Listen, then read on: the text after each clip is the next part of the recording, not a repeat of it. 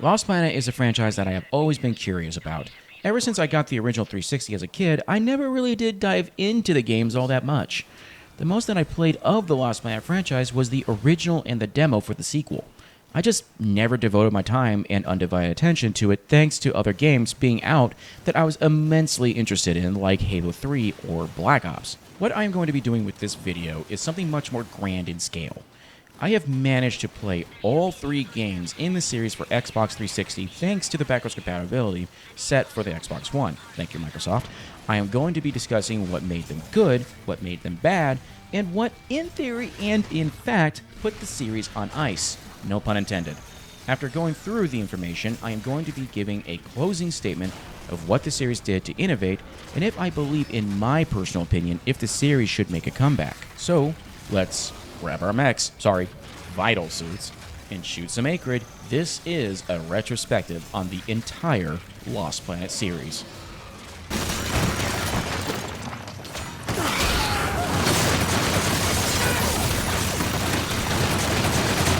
Now, imagine, if you will, you are 15 years old. You are doing very well in school, and you have earned your way to having your very first console, the Xbox 360. Your parents tell you that you can get one game, but almost every game that looks interesting to you is rated M. Your mom doesn't like that, so you have to pick the one game in the bunch that looks interesting and is rated T. You see Lost Planet. Read the back of the cover and see mechs and giant monsters. I'm sure you know the rest. When the original Lost Planet came out, it boasted bombastic action, large-scale battles, and a decent story to boot. Well, I'm glad to say that at least 2 of these things were realized in this game. I will explain exactly what I mean by this. Upon starting the game, you are introduced to the game mechanics and given a perspective on what the story is going to be like. At first, it is crazy, very dramatic, and cheesy. Once you hit the first mission and start to progress, the quality of the story takes a bit of a nosedive. You realize that no one is really doing anything except you. You are doing all of the fighting and shooting while everyone else is doing stuff behind the scenes and providing you exposition in between missions via the cutscenes. As you play the game, you learn that the main character, Wayne, is a quote-unquote space pirate who has lost his memories. This is due to not having any thermal energy to survive on.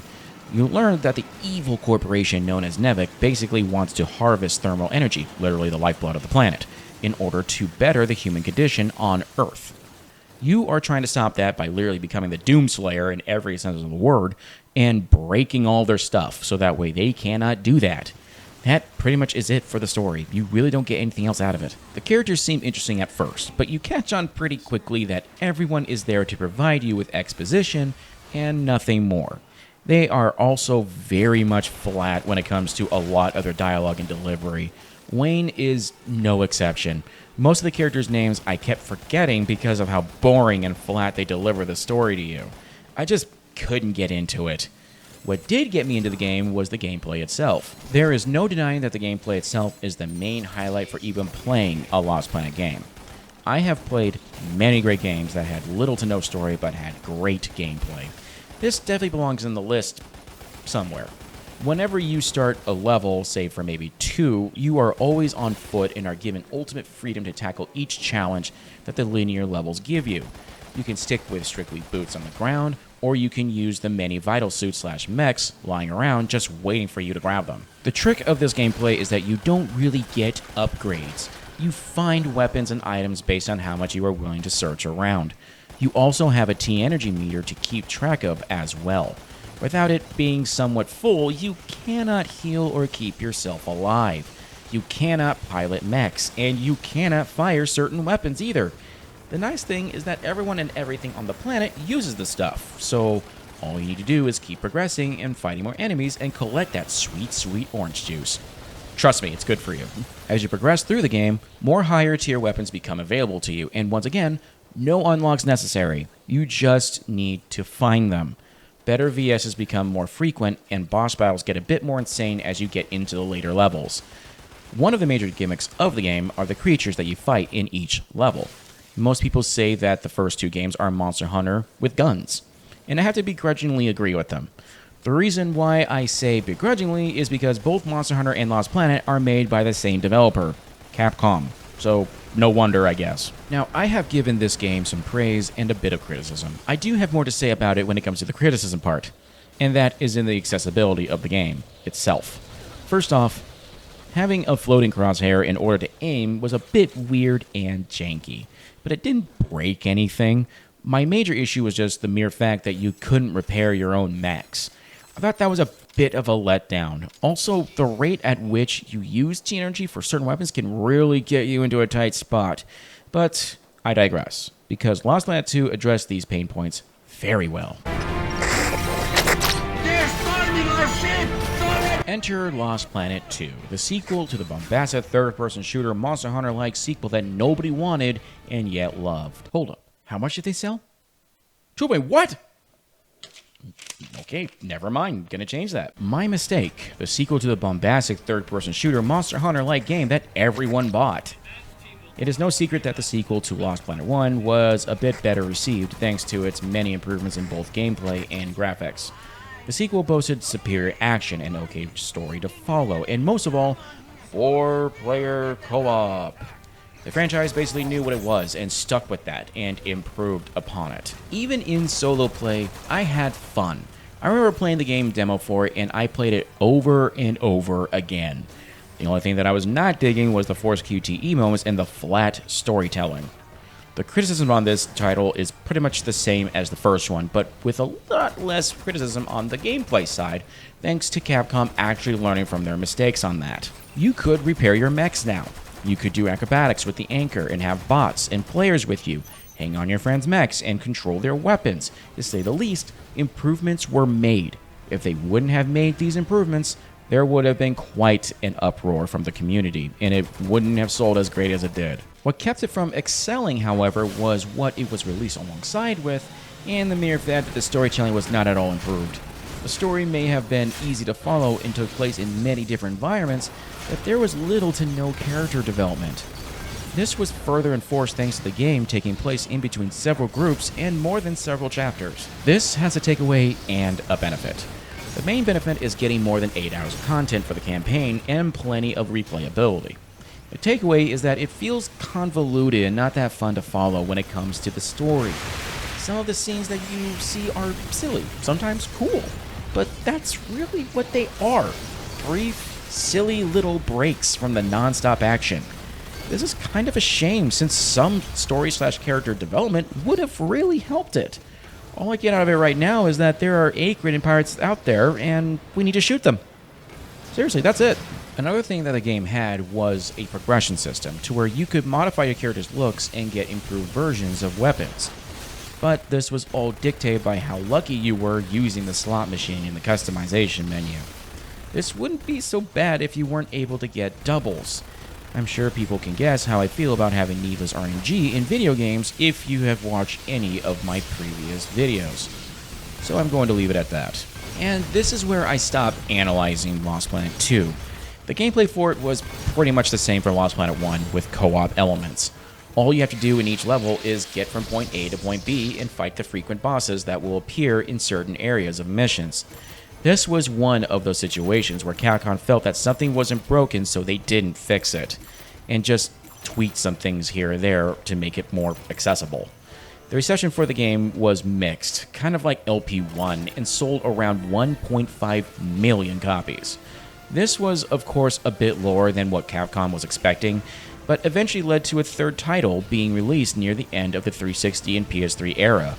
Major difference was that it was going to be developed by a Western developer named Spark Unlimited.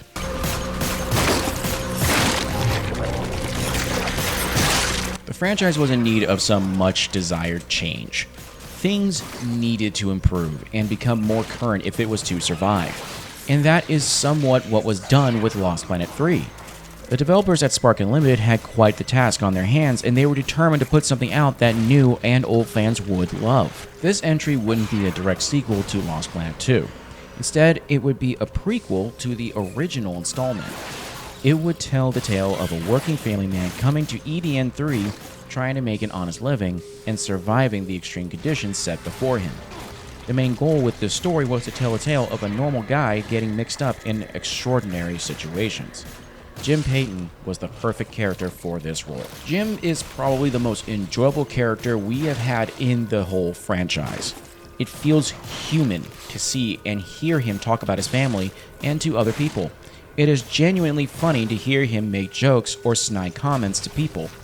Overall, he was a great character, and so were the rest of the characters that you encounter throughout the rest of the story. You really did feel as if you were working with actual people who have families and goals.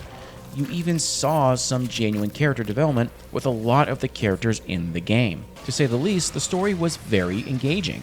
The twists and turns you experienced throughout the game was thrilling, and I really was invested from beginning to end. The only thing that would need to be talked about here would be the actual gameplay and presentation of Lost Planet 3 itself.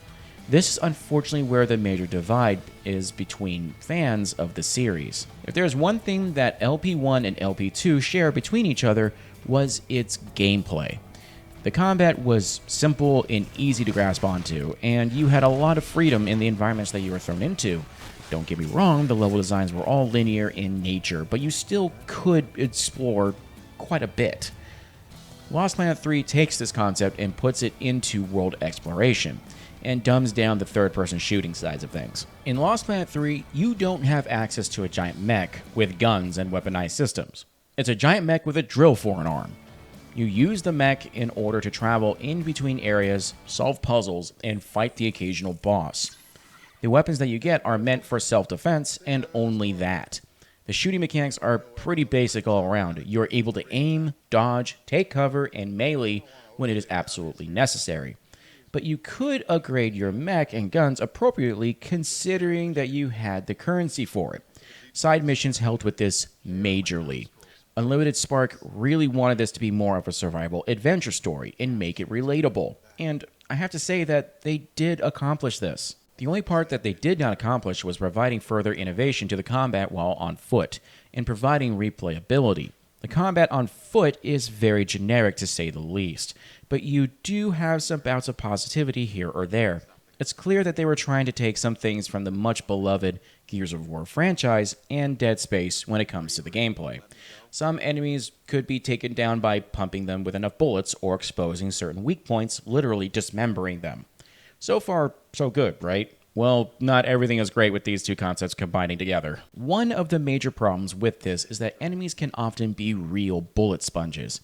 If they are giant monsters that you need to strategically take down, being a bullet sponge does make some sort of sense. When it comes to normal-sized enemies, however, the bullet sponges really does put a blemish on the gameplay loop.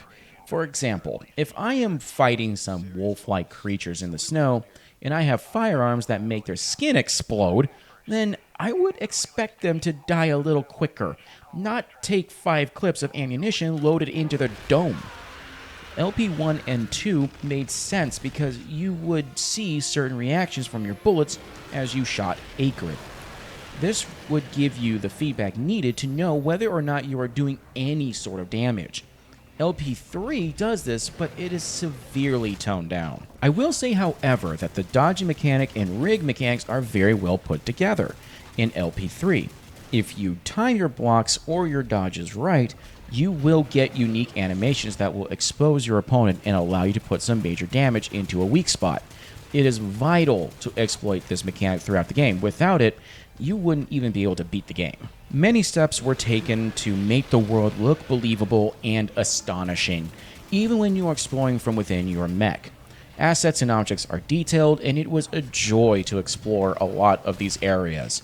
The downside to this, however, is when the game engine decides to take a nice little nosedive in frame rate. Now again, I did play this on backwards compatibility for the Xbox One, and this game was designed with the 360 limitations in mind. So I don't want to see any comments about how I should have played it on PC just because it runs better. This is a retrospective, not a comparison. To make it simple, the game had some optimization issues, but nothing that was game-breaking. Overall, the reception for the third entry into the franchise was again mixed. You either loved it or hated it. The good thing about it is that the writers for the story got nominated for an award for Best Writing thanks to them working on this piece. And I have to say that it shows. But the generic gameplay and lack of replayability definitely dragged it down into obscurity, and it sold even less than Lost Planet 2 did. So this was a bust market-wise. Personally, however, I did enjoy Lost Planet 3 quite a bit. Yes, some things about it are frustrating, but the good does outweigh the bad. So I did enjoy the third entry despite what people said. Like I said before, you either love it or you hate it.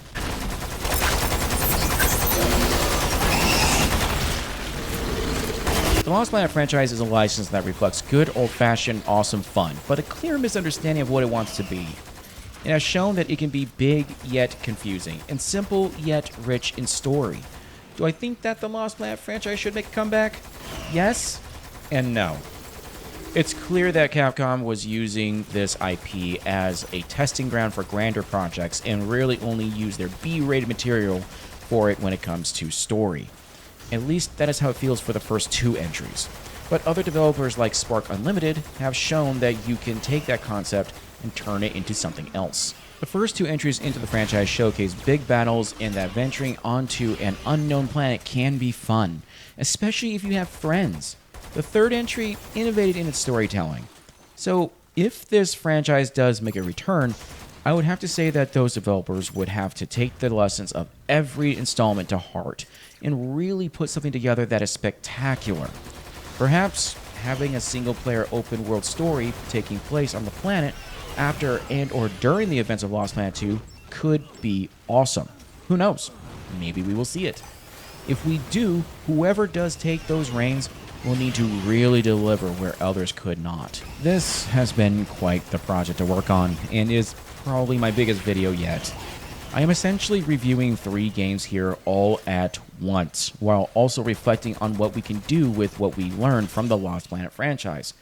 If you are still here and watching this, please let me say thank you. I do this for the people who are actually watching, and I do this because I have a real passion for gaming, and I want things to be better, or praise the things that are already great, that way we can keep building upon it. I do have other retrospectives that I want to dive into, so if you want to see those in the future, please subscribe and hit that bell icon. Leave a comment on how you feel about this franchise and if you have any suggestions for a future retrospective. Thank you again, and I hope to see you in the next video.